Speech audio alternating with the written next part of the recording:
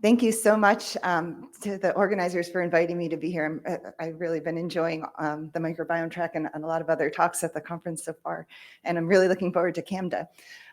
So today I'm going to talk about, I chose to talk about a piece of my work that kind of goes across 2 decades, which is kind of fun, but I thought it was very related to some of the challenges at this CAMDA session. So I'm going to talk about work in exploring drivers of gut microbiome compositional differences in disease and mechanistic pathways to recovery using big data.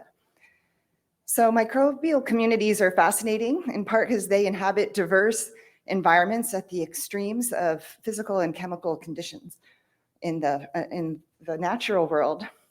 And microbial communities have also been colonizing complex eukaryotes for hundreds of millions of years, forming close symbiotic relations. Okay, sorry about that, I'll go on. So I've been interested for a long time now in using sequence data to ask some big overarching questions about microbial biology, such as how do free living communities relate to each other? How do the microbial communities found in the environment relate to those of host-associated microbiomes? And then looking within the human gut, how does the gut microbiome differ across humans and relate to disease? And my interest in these did start during my PhD in 2005 when we published this paper on the UniFrac algorithm, which measures the distance between 2 microbial communities, in this dummy example colored red and blue, by the fraction of total branch length that is unique to any particular environment in a phylogenetic tree. And so on the right, that's maximally different because all of the branch length leads to red or blue and not both. And on the left is maximally similar because all of the branch length leads to members of both community. And at the time, we kind of were interested in using this to identify not only 2, but 3, and actually hundreds of different samples by putting them all in, annotating them all in the same phylogenetic tree, doing all possible pairwise comparisons, and applying principal coordinates analysis or hierarchical clustering to the resulting distance matrix. And at the time, this was before next generation sequencing, started to revolutionize the field of microbiome research. So we published UniFrac in 2005, and it was just a couple years later that people started applying pyrosequencing, followed by Illumina to characterize microbial communities. And so since kind of big data didn't really yet exist, we were interested in just getting as much 16S data as we could out of the public domain to try to answer some of these overarching questions I just said. And this is a fun old spreadsheet I kind of dug out of my laptop. So kind of showing the state of microbiome research in 2005. So I made this by downloading on my underpowered laptop, like every 16S that was ever put into GenBank in 2005. I wrote a simple GenBank parser to bin those that had the same title. And then I sorted them in Excel as those with the most sequences in them. And so, number 1 on the list had a whopping 11,831 full-length Sanger sequences, over double the second one that had 5,118. The first one was out of the Relman lab where they had sampled feces in multiple colonic sites across 3 individuals. It was a science paper kind of showing that, like how the colonic microbiome related to the fecal microbiome. And so when I would see these studies, I would download, I would read the paper, I would kind of put stars on the right if I was like, oh, this is a good one to add, and check once I added them. I'd figure out how the author annotated all of the sequences, broke them into samples with little parsers, and added them to a big tree that I, using the parsimony insertion tool in the ARB software package. And at first, I was really just interested in what type of environments free living communities had the most similar phylogenetic diversity. And there were so many papers coming out like, oh, we sequenced this hot spring and we found all these new things no one's seen before. And we sequenced this salt marsh and saw the same. So I thought if I tied all these together, could we evaluate them all in one place? And so I chose environmental samples at the extremes of temperature, pH, pressure, and nutrient availability to make, at the time, what we would call a massive data set, not anymore, of 21,752 sequences, representing 202 samples from 111 studies. And when I put them all in this big tree and ran unifrac and principal coordinates analysis on them, I was actually surprised. I didn't know what to see, that the patterns were very, very interpretable. So even though PC1 only explained 5.47% of the variation in the data, it very clearly separated out saline environments from non-saline environments, and the estuaries or mixed environments were in the middle. And to my surprise, these extreme environments were not outliers. So PC2 actually also separated on the top water and the bottom sediment samples. And a study that looked at sediments from hot springs, those sequences just clustered right in with other hot spring non-saline sediments. And a study that went all the way to the deep sea to get things out of a hydrothermal vent, sediments, those clustered just with other non-extreme saline sediments. So I thought this was really interesting that we could pull this out. So decided to move forward to ask, how do all these free living communities now relate to host associated? So I took this tree and I added in insects and mammals and other types of host associated microbiomes. And we published this a couple years later, where now PC1 was no longer salinity. Salinity was brought down to PC3. It was still very much there. PC1 separated out on the right in red the mammalian gut, and on the left, free living communities. You could see in the top left corner, that's where a lot of the insects are, close to the free living, but separating out along PC2. And although most vertebrate guts were on the right, you can see there's a number that are kind of in the middle, another number of red dots in the top middle. These were carnivores. And so all of the guts to the right are herbivores or omnivores, including humans and cows and mice and things like that. So there was one outlier, however, and that is the panda bear. So the panda bear is an herbivore, but it's in the order Carnivora, and it clustered with the other bears.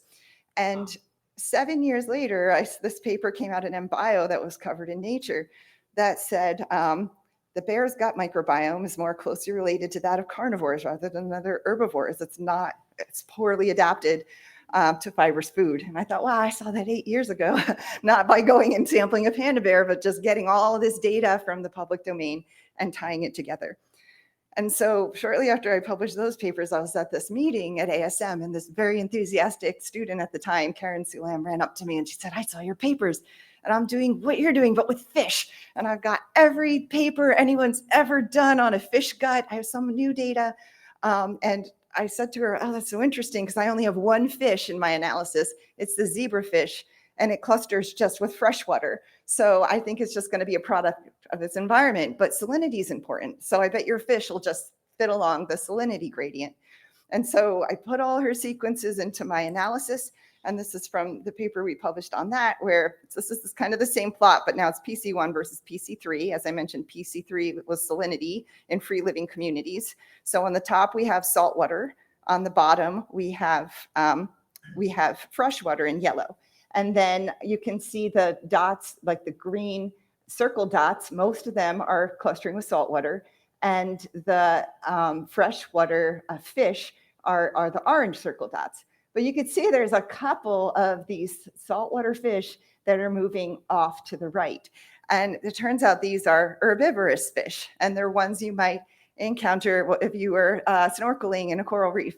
They're the ones that eat pick algae off of coral reefs. And it turns out that in fish anatomy, herbivorous fish have much more complicated guts, whereas both omnivorous and carnivorous fish have very simple guts. So I thought it was super fascinating, that even though between these diverse lineages, there's all sorts of immune differences and whatnot, if you provide a complex gut, these sort of fiber degrading gut type of cow microbes will find a fish. At least the lineages. And that's kind of why doing this in a tree helps us get at that. So we were having great fun with this, but at the time I was still in Rob Knight's lab. He wanted to move this off of my laptop. And so at the time we started to make, Jess Strombow was started to make this predecessor of what is now Cheetah. But at the time we called it the CHIME database. Cheetah came out in 2018, and it's a tool where you can very easily do these sorts of meta-analyses by uploading your own data and comparing them to all of the other data sets that are stored in there. So, and so when Jess Strombow was working on the CHIME database, he had put a lot of like human microbiome kind of next generation sequencing data sets in there, and was trying to use them to answer questions like, how does the gut microbiome differ across humans and relate to disease? And he had assembled data sets in here, like 13 different studies, where there was people across different ages who lived in different places, who had different diseases. And at first, just came up to me like really tearing his hair out. He's like, I'm trying to do these meta-analyses. They worked so well for you in the past. Why do I keep seeing this? So what this is a study effect. So, and I wasn't actually kind of surprised to see this, because when I would dig into those analyses I did and say, okay, well, how do soils relate to each other? I would find things like, well, this is a rainforest and a desert sequenced by the same lab, but they're clustering together rather than with other rainforests and deserts. And so this is 8 different studies colored in different colors, including ones where you would expect to see a really big gut microbiome difference, like antibiotics or inflammatory bowel disease. And I've kind of rotated the axes here to actually emphasize the study effect, but you can see clearly it's there. And if you look on the right, in the same principal coordinate space, I plotted the taxa. And so the size of the circle is how abundant they are. And I've colored them by whether they're gram positive or gram negative. So you can see there's 2 studies in pink and blue pulling out to the left. Those are both from Jeff Gordon's lab, where he used sort of a unique non-kit kind of a DNA extraction protocol. And that seemed to be better at getting out the gram positives with the tough cell walls. And then you can see his 2 studies actually cluster apart, and that's because those 2 studies used different primers. And so it became evident that, when you try to drill down and look at more subtle patterns that aren't even that subtle, right? It's like an antibiotic or IBD, that these study effects become really important. But while looking through all of these data sets that Jess had put in this database, I found that when looking at the human microbiome, there were 2 things that were so important for driving big differences in the microbiome that they trumped study effect. If you put these in here, they formed PC1 and PC2 axes that were bigger than study effect. So, and so I'm showing this in this meta-analysis. It's just 2 different studies. So one of them was from Jeff Gordon's lab, looking at the gut microbiome of people across ages living in the United States, Venezuelan American Indians, and people eating agrarian diets in Malawi. And I combined that with a totally different research group study comparing the microbiome in the gut of people across ages in Italy and Burkina Faso. And it shows very nicely these 2 big effects of the microbiome. So in panel A, the points are gradient colored by age. So you can see from right to left, there's differences in the microbiome that occur as the study population aged. And in panel B, you can see that PC2 really is whether someone is in a Western culture or in like an agrarian culture. So on the bottom, we have people from Italy and United States clustering together. And on the top, we have individuals from in agrarian societies in Venezuela, Malawi, and Burkina Faso clustering together. And again, in panel C, we're able to look at what sort of taxa are associated with these differences. And on PC1, on the right, towards the infants, something that's striking is you see a lot more facultative anaerobes. So Enterococcaceae, Enterobacteriaceae, Streptococcaceae, Lactobacilliaceae, these are all facultative anaerobes. And everything on the left, like Lachnospiraceae, Ruminococcaceae, Bacteroideaceae, these are strict anaerobes. So that was the age difference. And then along the axis of Western versus agrarian cultures, on the top with the agrarian cultures, there was a lot more Prevotella or Prevotellacea, and on the bottom in the Western, there was more Bacteroideaceae, among other things. So what I found then when taking these data sets is that if you put in other data sets with things that have this gradient, that different health states can migrate across both the age and this agrarian axis. And so one example that kind of shows a study population migrating across both of these axes was from this paper we published in 2019, doing meta-analyses with obesity data sets. And so kind of from learning from these past experiences, I clustered these obesity ones together with that Jeff Gordon lab study. We always call it the global gut, where we have the US, the Venezuelan, American Indians, and Malawi.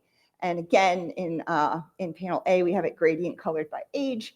In panel B, it's colored by where they're living. And so now age is going right to left, and US are on the top, and agrarian cultures are on the bottom. And when we put obesity data from another study, we noticed that the lean individuals all clustered close to just where the part of the plot that had healthy US adults. And obese individuals actually showed greater spread across both of these axes. Some kind of had more young-like and lower diversity microbiomes, and a subset of obese individuals actually had more Prevotella-rich agrarian-looking microbiomes.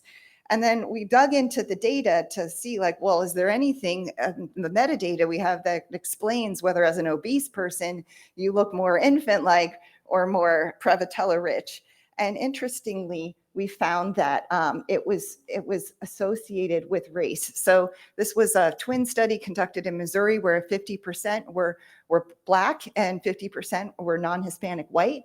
And we found that in panel D, you can see that amongst that's white individuals, that they're migrating more towards the young age on PC1. And then the Black individuals in the study are migrating more towards Prevotella-rich.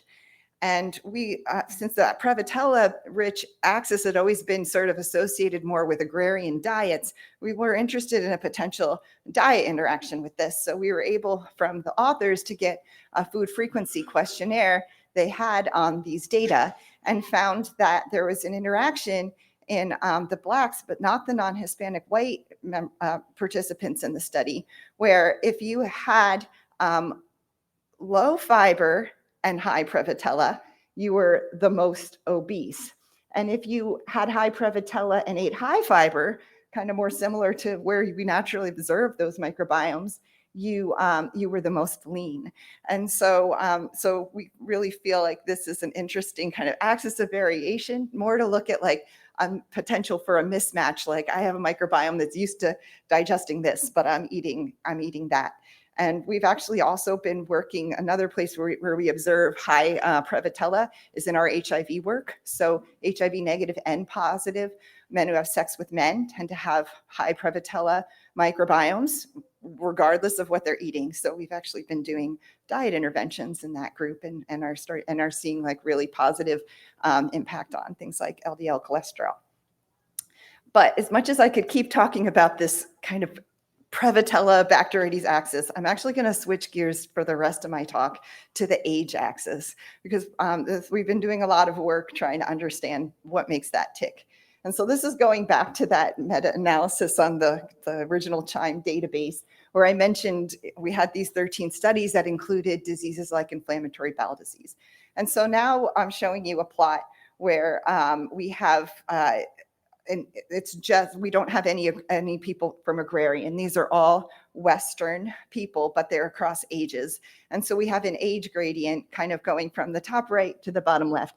Oh, and since these axes are sort of like flip around in PCI, to orient you on them, the baby is my daughter, Kiara, and the older gentleman is my father. So that'll tell you where the age is. And so you can see when we, in the same space, just highlight the samples from a study of inflammatory bowel disease. Interestingly, the individuals with ileal Crohn's disease were pulling out towards infants compared to healthy in the same study. And I've seen this in a number of different disease states, just the microbiome looking more infant-like. And again, when we put taxa in this plot, the more infant and disease states, again, tend to have more facultative anaerobes, some of the same ones I talked about before, and strict anaerobes in the adults. Another disease we actually work quite a bit on in my lab is Clostridioides difficile infection. And this is another disease where we see migration along this age axis. So this is a not, but hopefully soon to be published meta-analysis where a postdoc in my lab named Keith Hazelton had combined data from 9 different fecal microbiome transplant studies that were available in public repositories, added some new data that he had of FMT in children. And a major risk factor for FMT is antibiotics. And so we thought it would be interesting to combine these data where they were looking at individuals with recurrent C. difficile infection before and after getting an FMT to improve their microbiome and prevent a recurrence. And we wanted to combine this together with antibiotic intervention studies where healthy people took an antibiotic and their microbiome was sampled before and after. And because, like I said, we were interested in this parallel between infant development and disturbance, we put studies of babies in there as well. And so here's a picture of the data from that. So now on the left panel, the points that are from babies are or studies that looked at babies are in age and years. And so you can see between age 0 and 2 years old, there's sort of a migration to the right and up as you age. And that's similar to the changes we see on the right panel. So we have in blue pre-FMT. So these are people, again, with recurrent Clostridioides difficile infection. So their microbiomes are largely loaded where the infant babies are. And then we have the donors. So these are healthy individuals. So they're off to the right, top and bottom. And then we have post-FMT in pink. So you can see that that's sort of a gradient between the two, showing recovery of the microbiome. So, and again, putting the taxa on this plot, now instead of circles, we have arrows, but the same concept. We have got more of the facultative anaerobes in the lower left and the strict anaerobes in the right. And when we looked at antibiotics in this same thing, so this is the same plot showing some of these antibiotic trials. Yellow circles are before, black are after, and then the antibiotic they used is colored by the arrow.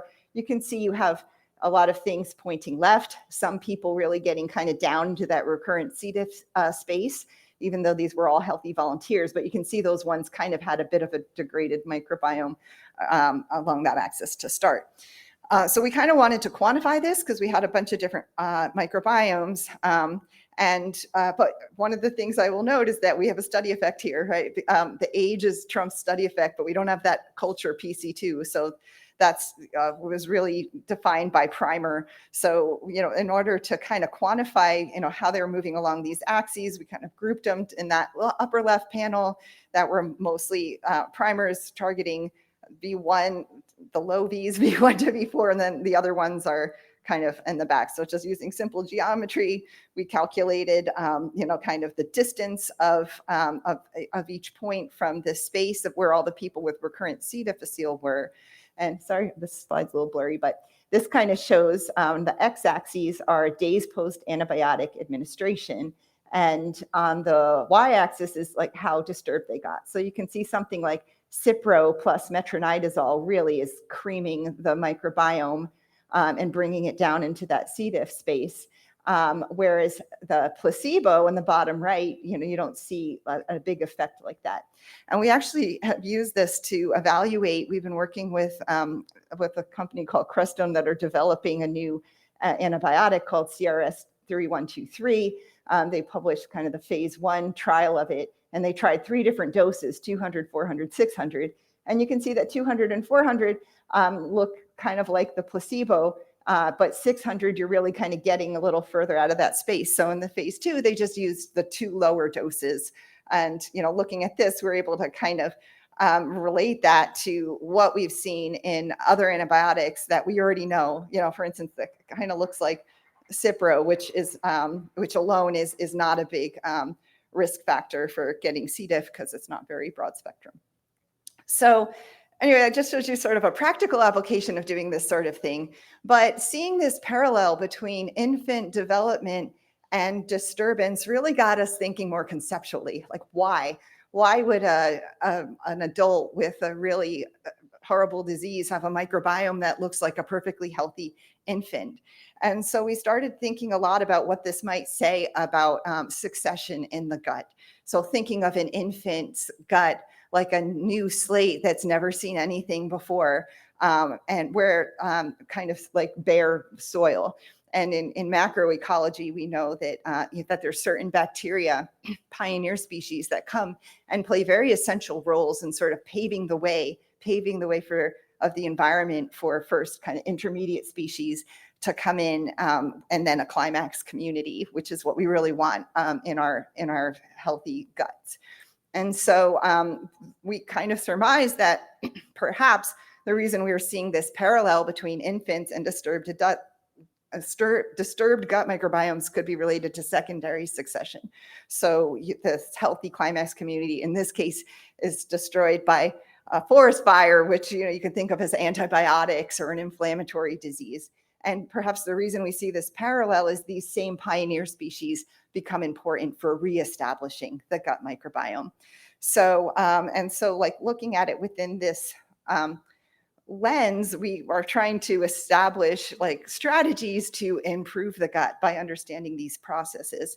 And so just to say too, like the fact that we saw this parallel, I think dysbiosis is a term that can mean different things in different contexts. But in this case, like we refer to low diversity dysbiosis as this same signature that we've seen in recurrent C. diff and IBD, where you have lower alpha diversity, you have high prevalence of facultative anaerobes, low prevalence of strict anaerobes. And we kind of became interested in this oxygen tension, that in the developing infant gut, you have more stress from oxygen. And it's maybe that's, analogous to the bright sun and the weeds that need to be able to withstand that. Like that oxygen is very important.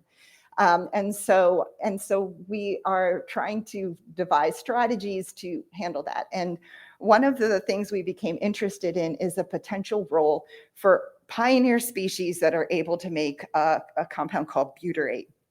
So why are we interested in butyrate? So Sean Colgan, who's actually is in my department, was doing really cool work, and he published this paper talking about crosstalk between pretty much butyrate and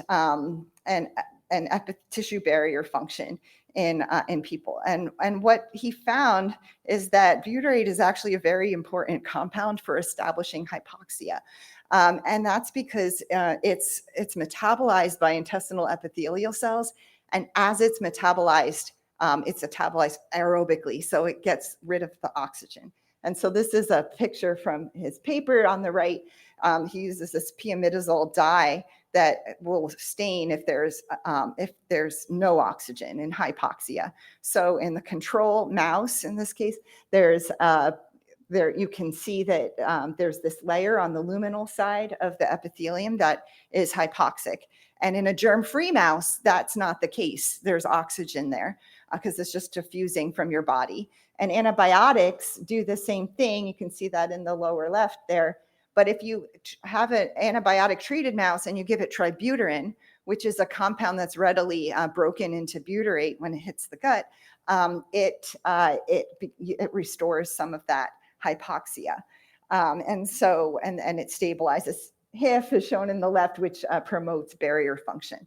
And so we became interested in pioneer species that could sort of withstand oxidative stress but make butyrate. And we found these actually, I wound up going back because we had sort of discovered some of these in another early analysis that I had done back in 2012. That was published in this genome research paper.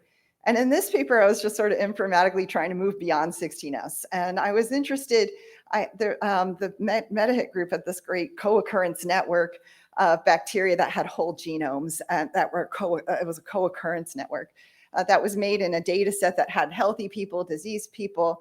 And I was kind of interested in sort of exploring, like, can genomes explain, why organisms are co-occurring? And I got very interested in the Lachnospiraceae because they were kind of showing a co-occurrence pattern that was a little surprising. Like, often phylogenetically related things tend to co-occur because it's also often driven by shared kind of biology or environmental preferences. And within the Lachnospiraceae, there was no phylogenetic signal, or very little, to the co-occurrence pattern. So in the tree on the right, those are all of the different Lachnospiraceae that were in this co-occurrence network. And I colored them by like what co-occurrence module they were in. So if they're in blue, they were, in one co-occurrence module. In the red, they were in another. And, I kind of, the fact that they were phylogenetically interspersed, that I could probably get the power to kind of see like what genomic attributes are explaining this. And I also was curious to just understand, like, okay, they're co-occurring, but in what context, why? And so I took these and I actually related them to a bunch of different data sets to understand their different patterns. And what was interesting is that one of these two of the co-occurrence modules, and the ones are colored in red versus blue here, seem to be differentiating Lachnospiraceae that were adapted to being in that mature climax community versus being in an infant-like or disturbed community. So you can see this like on the top and bottom here. So on the bottom, we have ruminococcus, like Eubacterium hallei is a good example. So this is like a data set. It was that I related it to that looked at the colonization of a single infant over the first like 2.5 years of its life, collecting many stool samples over time. And so on the x-axis, you have the age in days of this baby, and in the right, in the yellow point, that's the abundance of that microbe in the mom. And so you can see something like Eubacterium hallei is showing colonization resistance. Even though it's in the mom, it doesn't colonize the baby until the baby's like 2 years old. Same with like Eubacterium rectale. So these are sort of these bacteria that you find often in like high abundance in a healthy adult gut. It takes time for it to be able to colonize there. Whereas on the top in red, you see bacteria that are colonizing earlier, and they don't colonize immediately. And that's because they seem to be completely excluded by exclusive breastfeeding. So the blue shadow is exclusive breastfeeding. And as soon as the mom introduces solid foods and then formula at the end of the yellow period, you see these earlier succession ones like Anaerostipes cacae, Clostridium boltiae, Clostridium symbiosum popping in. And even though it didn't co-occur in our other one, I also add Ruminococcus navis here. Ruminococcus navis really shows this pattern where it's just, and it's actually pretty striking because as soon as the mom introduced solid foods, it popped up to 35% of the community. And then you can see it's quickly kind of outcompeted and brought down, and it's not present even in the mom. And so Ruminococcus navis is really showing this sort of early successional trend.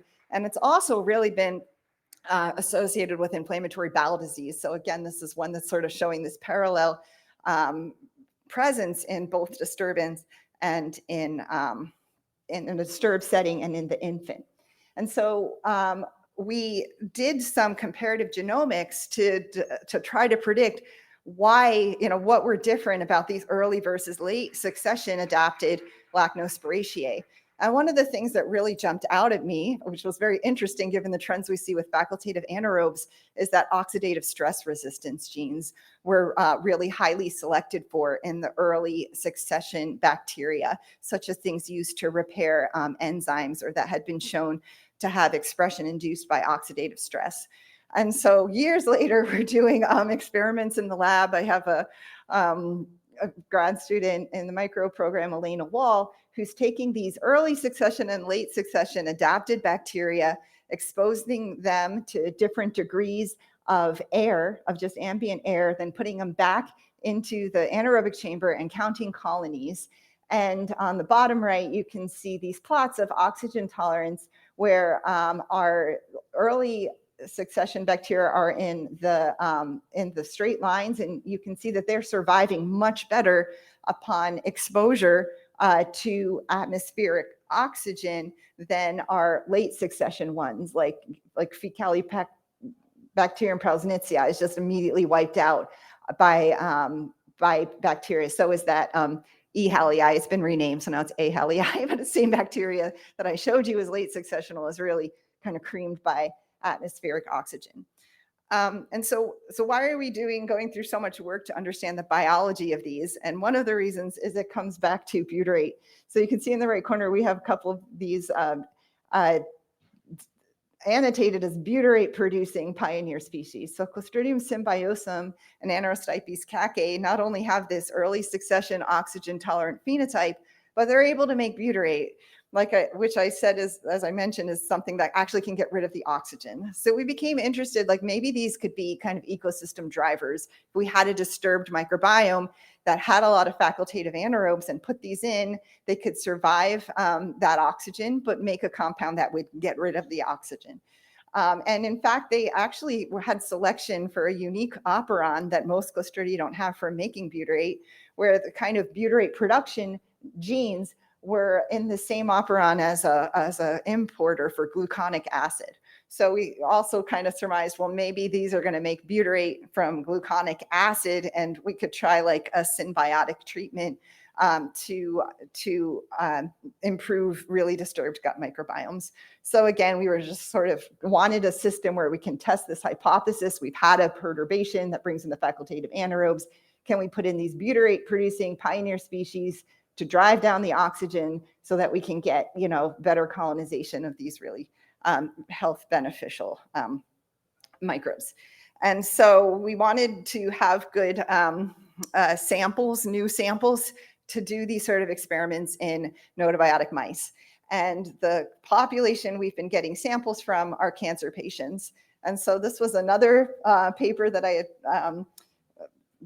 co-authored in 2017, where we were looking at cancer patients about to undergo a bone marrow transplant. And these individuals have had all sorts of exposures like antibiotics and infections, the cancer itself, and they tend to have infantile-like low diversity microbiomes. So the left panel is showing their microbiome in terms of alpha diversity compared to the healthy donors that provided the stem cells for the transplant. And then on the right, we have, again, the blue are just a gradient of healthy adults and babies from the US, left to right. And you can see on the right, whether we were looking at whether they got graft versus host disease, but whether they did or they didn't, these cancer patients had, low diversity microbiomes, and they were often, you can see in those taxa bar charts, like the one all the way on the right is all purple, that's Enterobacteriaceae. So a lot of facultative anaerobes. So we recruited a new cohort where we got, we in this paper, had also defined risk factors, like what made a person in terms of treatments or therapies look like this. And so we targeted people we thought would have, very disturbed microbiomes, and we recruited them. And so in some initial experiments in these germ-free mice, we got data from 3 fecal samples from 3 different patients who were interesting to us in different ways. So you can see on the left, we have their microbiome profiles. And so so patient 3 had about 25% of their microbiome being facultative anaerobes, so Enterobacteriaceae and streptococcaceae. The one on the left, we kind of were interested in because we kind of tracked these patients over time, and they didn't have C. diff yet, but that person actually got C. diff like after. So we thought, okay, this is a person who actually did get C. diff. We could even see C. diff in their microbiome. They just hadn't become symptomatic yet. So it seemed like an interesting model. Like, can we manipulate this in a mouse and, in certain ways that would have made that patient not get C. diff? And then the one in the middle, we were interested in because, it has a little bit of a facultative anaerobes. It has a little enterococcaceae. And it looks like, oh, there's a ton of lacnospiraceae. Those are good. But all of that was Ruminococcus navis. As I mentioned, this is an early successional one. And that patient had really low alpha diversity. And so in our design, we colonized the mice with these 3 patient microbiomes.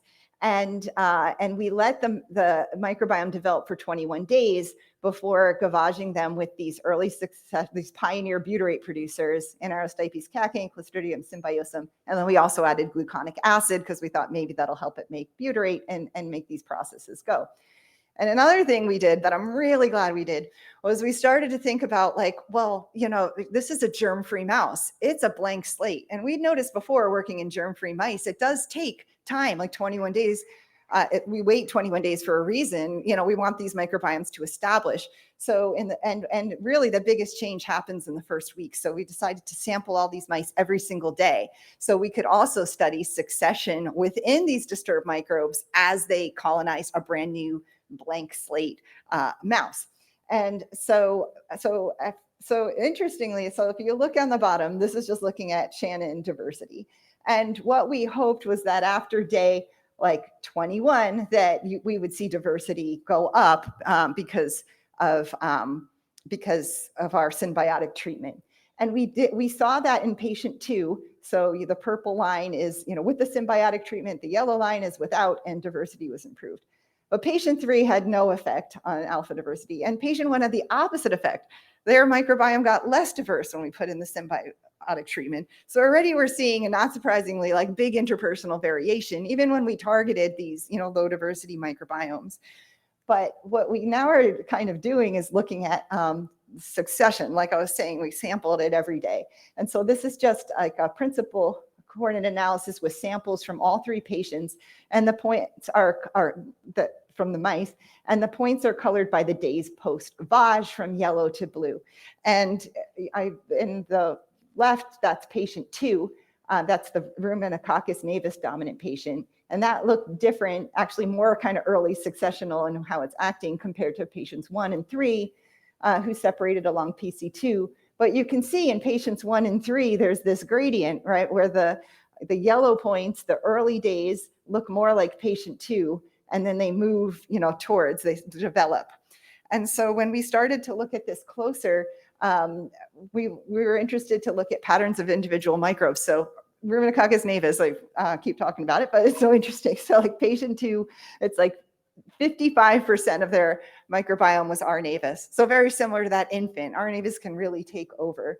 And you can see that patient 1 and 3 had R. navis, but, really low, like patient 3, it's like 0.7% of their microbiome. But when we colonize like patient 1, who is like 3%, it actually initially R. navis goes up to like 25%, and then it goes away. So it's showing this successional pattern here. And patient 3, very similar, only 7.75%, but it takes off to over 20%, and then it goes away. But interestingly, like I said, patient 3 had, sort of a reversion with our symbiotic treatment. You could actually see on the right that there's a little bump of R. navis when we add our symbiotic treatment. And then when we look at patient 2, though, we see the opposite. R. navis, again, has this trend where it's going down. It never completely goes away. I just don't think the taxa that would root it out entirely are there, but adding the C. symbiosum and the Anaerostipes cacae actually make it go down further. And so we seem to have a beneficial effect in patient 2, a detrimental effect in patient 3. So there's more we need to understand if we're ever going to try to use this right in a human being. So another thing, since we're at a bioinformatics conference, I have to show at least one of the tools my lab has made. This is like a tool for making co-occurrence networks of bacteria called scenic. We published it in 2023 in my Molecular Ecology Resources, thought kind of deeply about the algorithms you would use to choose modules, sum them. And so by applying this tool, we now looked at this more like from this context of looking at modules of co-occurring bacteria. And so now we have these different scenic defined modules, and we can look across patients at modules that are showing more early versus late succession patterns. So for instance, in patient 1, module 3 in the top left, that's clearly showing a late succession pattern. They're coming in later. Whereas module 1 is showing an early succession pattern. It's high and then goes low. And when we break up module 1 on the bottom, and we can see that that Ruminococcus navis is in that group, and it's co-occurring with one of the bacteria that's very interesting is a Bacteroides macillensis. And if you look to the right at patient 3, looking at one of its early succession modules, module 5, again, you see this pattern where Ruminococcus navis is co-occurring with Bacteroides macillensis. And in patient 2, the module we're looking at here, it's showing just Bacteroides macillensis never goes away, just like Ruminococcus never goes away. So this is sort of like an earlier succession thing. You know, I'm sure if we co-colonize these mice with the others, Ruminococcus navis and Bacteroides macillensis will go away because there's other things in there that are out competing it. So how do we determine what those other things are by analyzing these data? And so since we have this time series data, we're now like working more on this this sort of idea that we can combine co-occurrence patterns with comparative genomics to kind of make predictions about what we should add to and it's so cool because we could test them in these mice, and I'm like really excited about that. So on the left we have just to say we've been looking into more like time lagged analyses that you could only do with time series data. So rather than everything I've done so far, or described so far, where we identified these different distribution patterns as microbes that co-occurred at just cross-sectional data, time lagged analyses is really powerful. So you're not just asking, do they co-occur at the same time?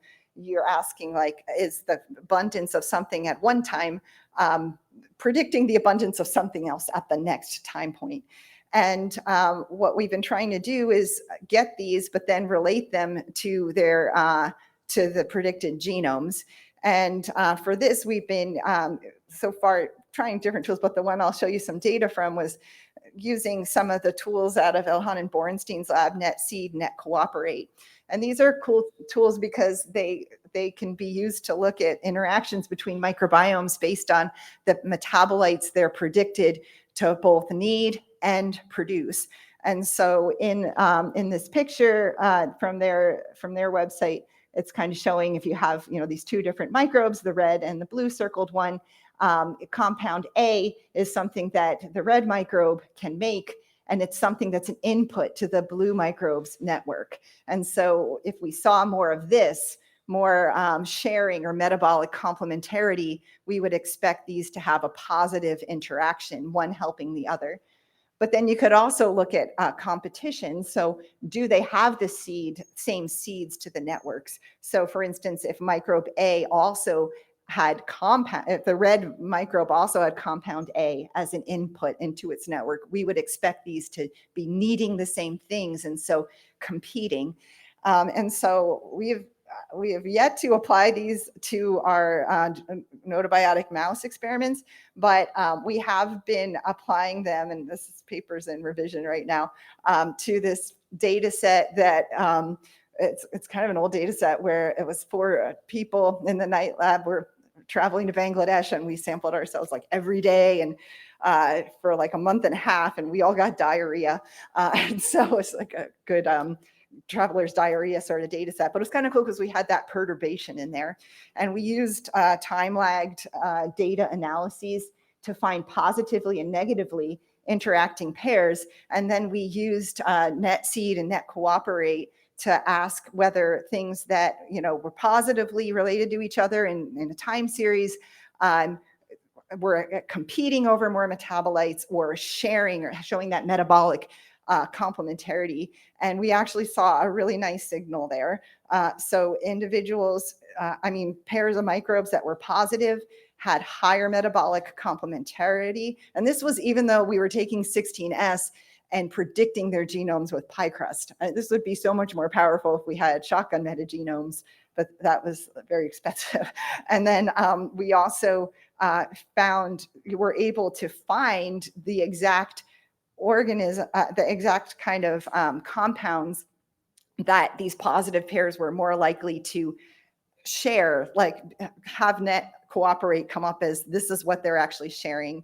And so there were 17 different compounds, but they were like fatty acid carriers, nucleoside and nucleotide derivatives, and various carbohydrates. And then on the other side, our negative pairs are competing microbes. They were more phylogenetically similar, and they had a higher overlap in inputs into their metabolic network, which is correlated with phylogeny. You have similar networks because you're phylogenetically related, but we actually found the effect was even stronger than phylogeny would predict. And then these negative pairs were competing over things like glyoxylate, myoinositol, and then vitamin B, which was a cool kind of validation because there's a lot of papers showing vitamin B is like a hot commodity amongst microbes. So anyway, in conclusion, by doing meta-analysis of 16S ribosomal RNA data sets, we were able to reveal like global perspectives and unexpected associations between different microbial communities. And that, by doing these meta-analyses, we can reveal parallels between infant development and disease related to primary and secondary succession. But in general, like we also kind of learned a lot about the challenges of different, primers and DNA extraction techniques that definitely need to be accounted for. But then also it's interesting to be able to couple these things you learn on microbial distribution with comparative genomics and to allow for the development of testable hypotheses regarding strategies to improve gut microbiome composition.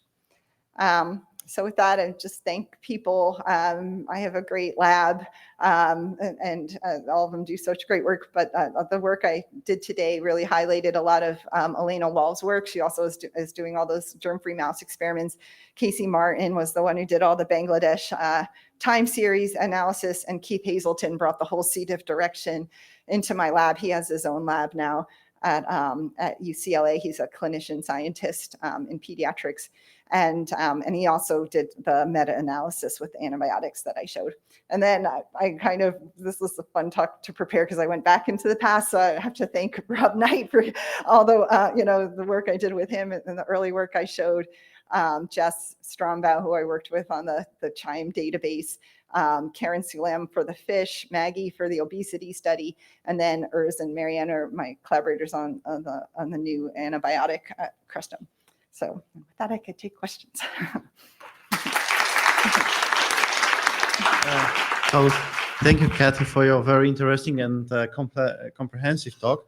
If there are any questions, then please come here and use this microphone. Thank you. Fantastic talk. Thank you. I have many questions, but I wouldn't ask them all right now. Maybe I'll catch you somewhere in a free space. Yeah.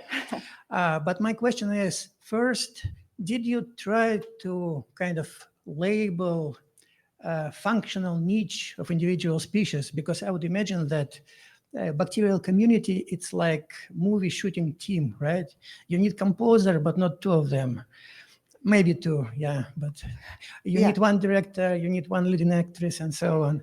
Yeah. So it's first part. And second part, in competition, it's not only competition as such, but I would imagine that it's warfare. So they probably actively suppress competition. Yeah.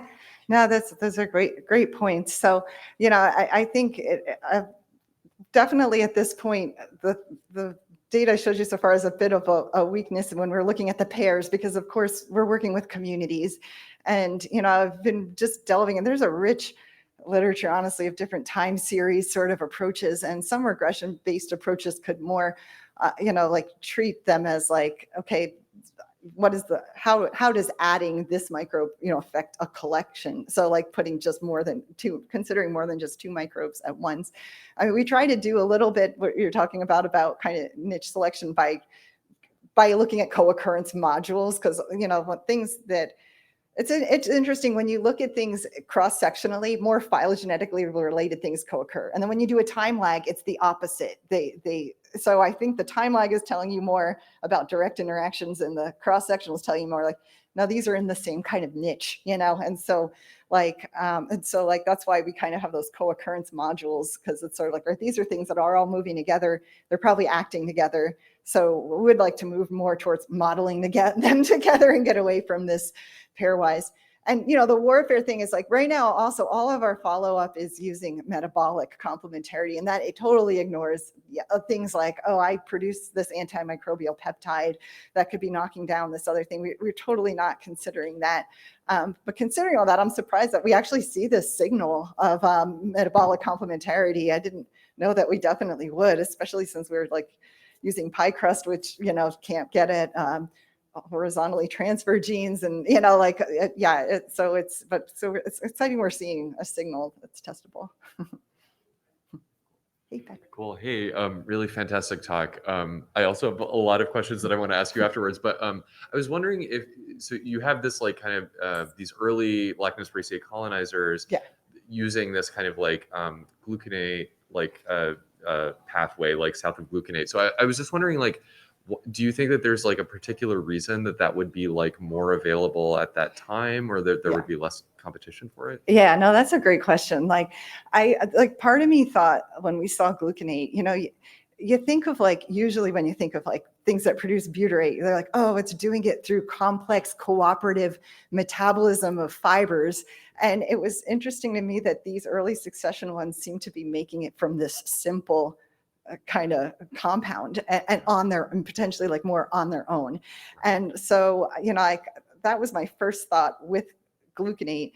And gluconate it's something that like humans can't digest, but it's a very simple thing that is in plants. And so I think that it probably, when the diversity of the gut is low, there's just less thing. Like, I think something things are just going to munch up, and like those are like, it's just because it's a new like environment, like there's not as many things. So the things that can just jump on it and use it fast, are gonna use it up. And I'm almost wondering, when we see R. navis bumping with our symbiotic treatment, it could be just adapted to use that gluconate fast. And, and so, even though it's like, okay, it's like these things adapted to early succession could use it to make butyrate. It might be something that just all these other bad things, like we'll also try to use, Oh, use that's a really good point. Yeah, cool. Thank you. Thanks.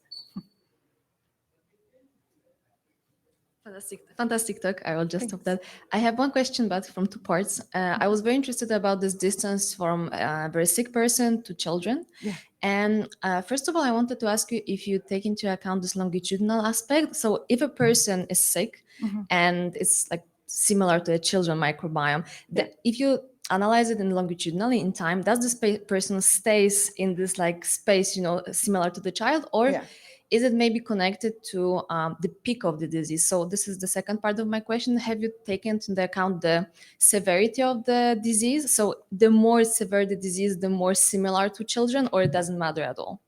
Yeah, no, great question. So like we've done the most of that in our cancer cohorts. And so like when we documented these cancer patients about to do a BMT had, lower diversity, we did like a lot of stuff to look at like what predicted that. So people with more severe cancer did have, were more in that space. People who had more histories of having infections and associated antibiotics, and even things like whether you had CMV positive, that's sort of a virus that'll come back out when you're like, when you're immune compromised. If you're CMV positive, you're more likely to have this low diversity dysbiosis. So there's definitely, this component of disease severity. I think sampling these individuals over time, we actually have some new data sets coming out where we are looking at that more. And in these cancer patients, we're actually doing some diet intervention and sampling people like over 6 weeks. And we sort of, the way we have to analyze it though is like, because they have so many challenges, like, is it still going down or staying the same, or, like over time, in order to see like, did our intervention work? And so yeah, we're definitely interested in looking at that. Perfect. Thank you very much. Thanks.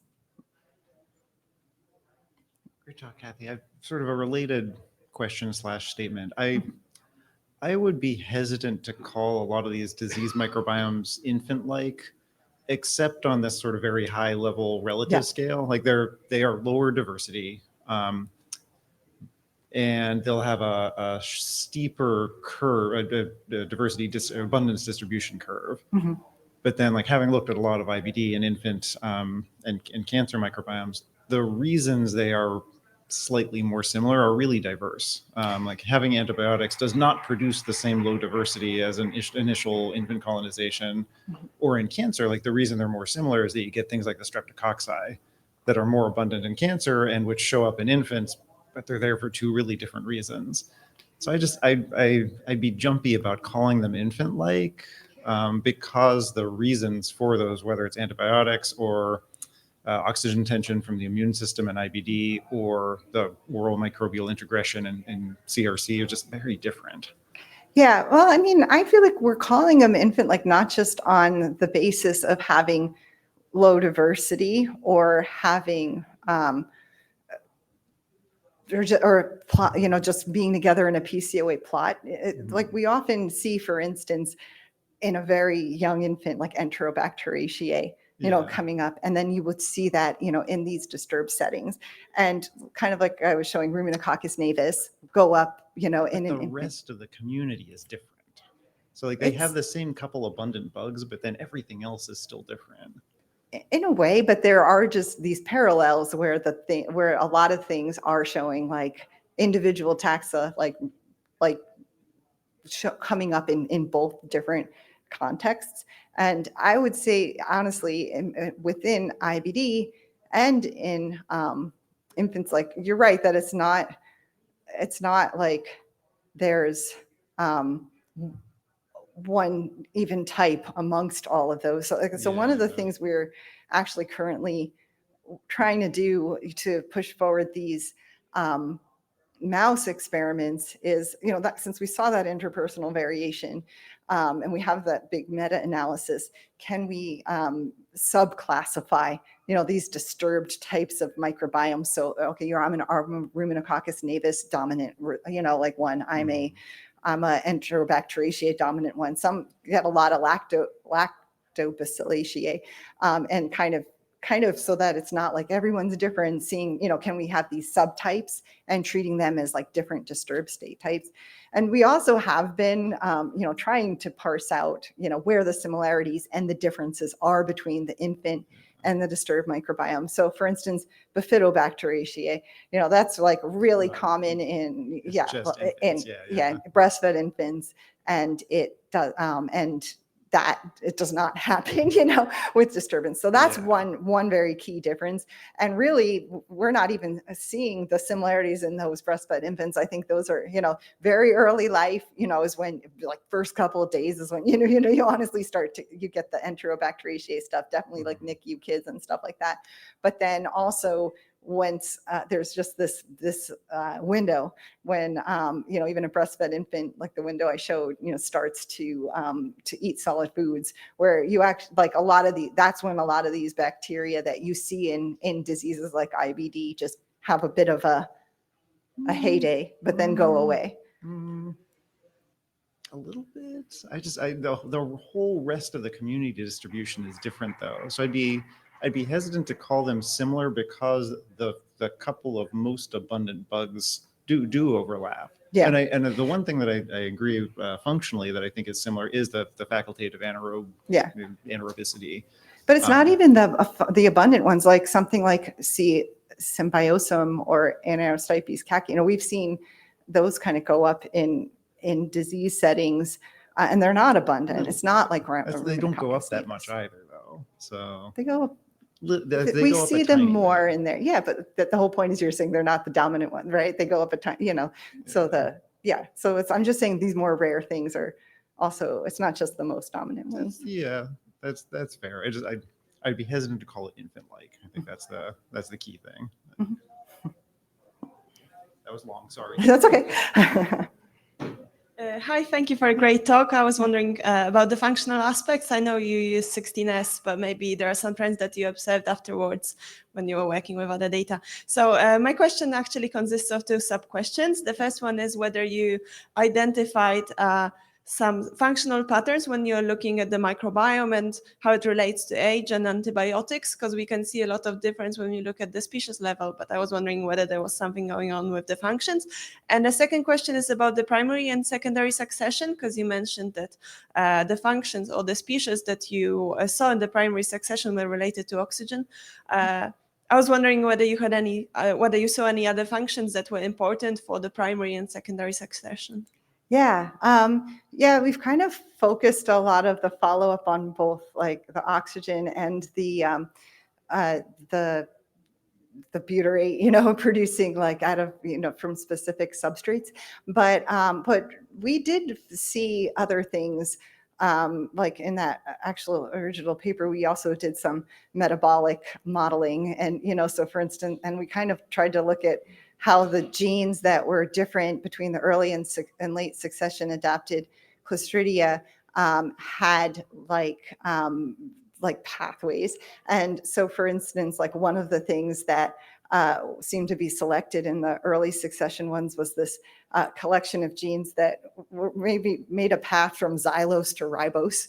Xylose is another simple substrate, and ribose, of course, is a building block of RNA. And it seemed that like some of them, including that one, I thought were related to kind of other pioneer functional strategies of like being able to quickly utilize and quickly grow on readily available simple substrates to colonize a new niche. We were also trying to look at things like growth rates, like to how many ribosomes do they have in their ribosome RNA, because like fast growers have more. So there definitely are kind of other functional signals that I think would be very interesting to follow up on. Thank you. Interesting talk. Thank you. So with regard to infants, is it known, are we all born the same, or does it depend on either genetic ancestry or the region where the person is born? Oh, yeah. So we are, we're all kind of born as a blank slate, I guess. But then, and what initially colonizes, there's some influence on your exposure. So like whether you are like born vaginally or by C-section, it influences those very first colonizers that get there. Either being more from the mom versus just skin of like people who are carrying you around. And then there's probably some founder effects, but then genetics I think come into play more in there's been later time points. There's been a lot of studies trying to link host genetics to which microbes are found in the microbiome, and there is some signal there where but it's not it's not totally my field, but my impression is it's not like super strong, like genetics influences it. But early studies in twins, didn't show like a super dominant effect of it. But yeah. Thank you. Okay, so at the end, maybe one more question from me. Do you think that if we have some diseases where at the moment the FMT is considered, could we somehow mimic the succession and with the proper order of the probiotics treatment, kick it out from this dysbiosis and then put on the succession path and then speed it up to put it back to the normal state?